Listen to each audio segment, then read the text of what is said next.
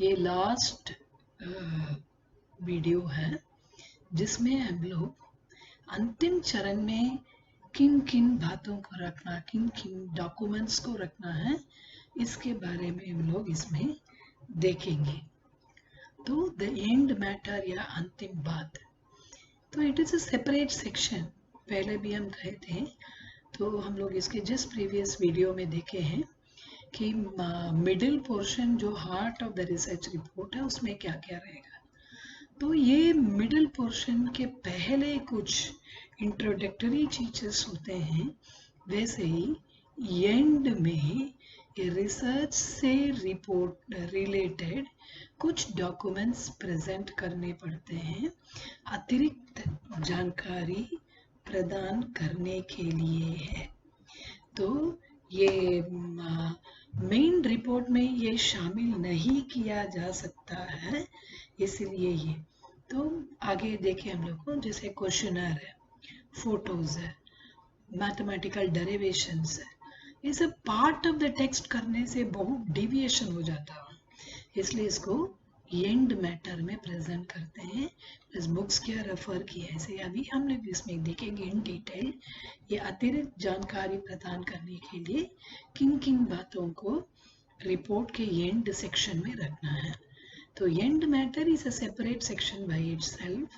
So this is used for providing additional information for convenience and readability. Just for example, the reader wants to know from where you have given this definition, from where you have given this data.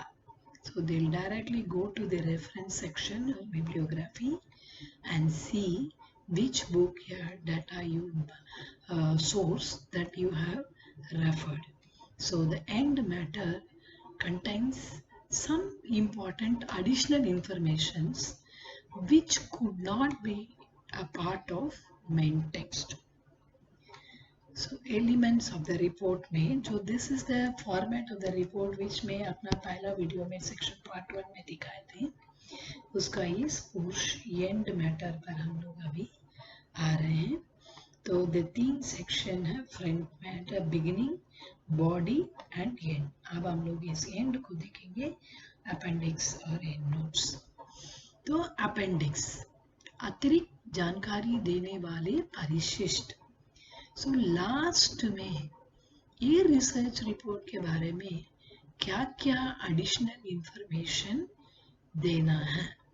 So the purpose of appendix is to provide a place for those items of the report that do not fit into the main body of the research. Certain things when you put into the main body of the research, the report becomes too big and the main matter goes away from concentration. So ये जगह अलग ही देना है जो report के बीच में इसको मिलाया ना जा सकता है, वैसा चीज को अपेंडिक्स में प्रेजेंट करते हैं। जैसे फॉर एग्जांपल क्वेश्चनर, प्रश्नावली, मैथमेटिकल डेरिवेशन, स्टैटिस्टिकल डाटा। तो आप क्या क्या स्टैटिस्टिक्स यूज किए हैं, मान लीजिए उसको एक्सप्लेनेशन देना चाहते हैं, ये सब अपेंडिक्स में हो सकता है।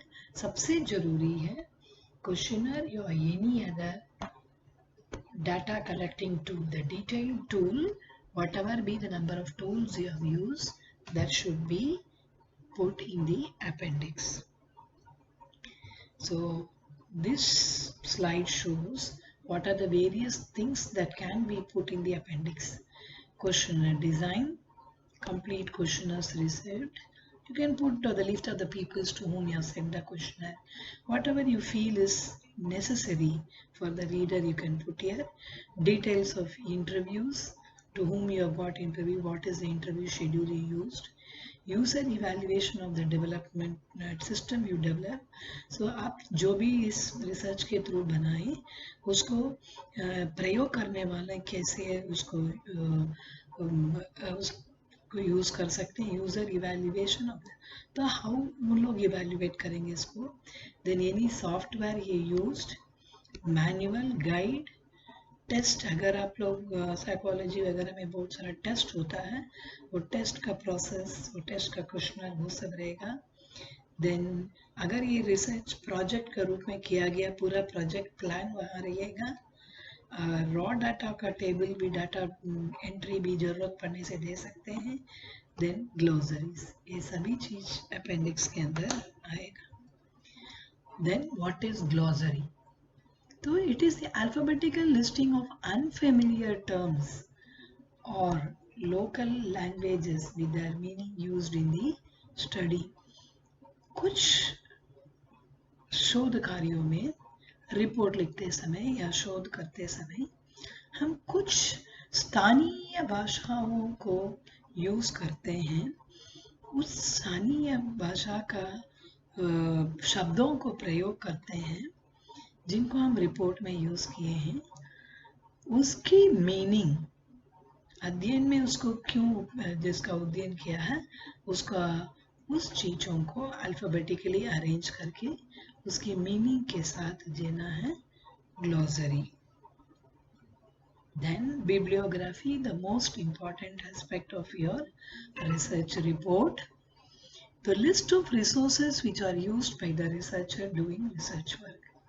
आप थोड़ा सा याद कीजिएगा, पहले सेक्शन में हम लोग, मिडिल सेक्शन में रिव्यू ऑफ लिटरेचर बोले, वहाँ हम लोग अनेक चीज देखें, books, journal, research report, magazines, newspaper clippings, ये डाटा, इलेक्ट्रॉनिक डाटाबेस, सो ऐसे बहुत सारे चीज हम लोग,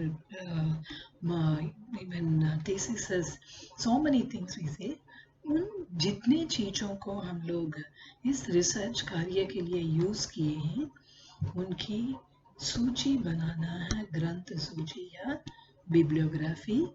इसका लिखने का एक स्पेशल स्टाइल है, इसके बारे में डिटेल में अलग में एक लेसन में पढ़ना है।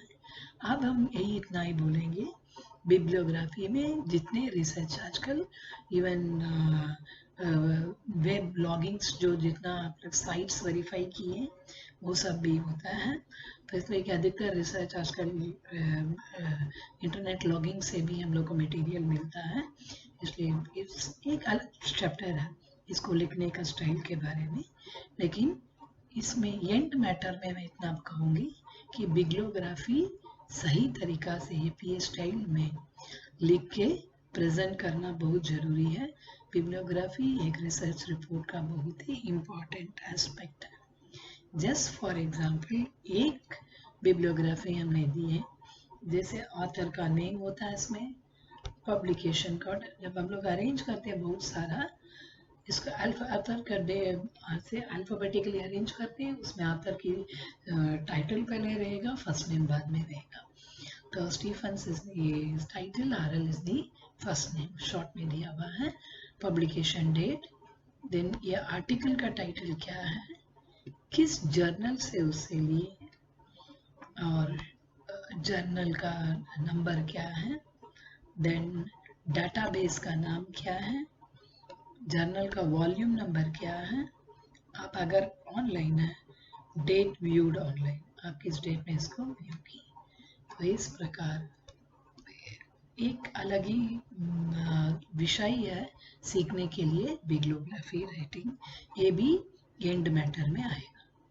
देन लास्ट है फोटो गैलरी। सो रिसर्च रिपोर्ट में कुछ ये दो रीजन है फोटो गैलरी देने का।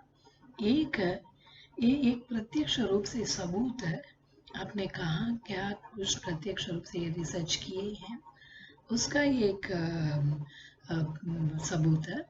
दूसरा है स्पेशली साइंस, ज्योग्राफी, इस पर बहुत सारे ऐसे टिप्स हैं जहाँ आप बहुत सारे पिक्चर्स के बारे में, नेचुरल एरियाज के बारे में, रिसोर्सेज के बारे में, बहुत चीज़ के बारे में आपने चर्चा किए होंगे जिसकी मेंशन टेक्स्ट में नहीं हो सकता मेन बॉडी में, वो सब फोटोज यहाँ रख के फोटो में ऐसे छोटा सा एक डिस्क्रिप्शन लिखे फोटो गैलरी बना सकते हैं।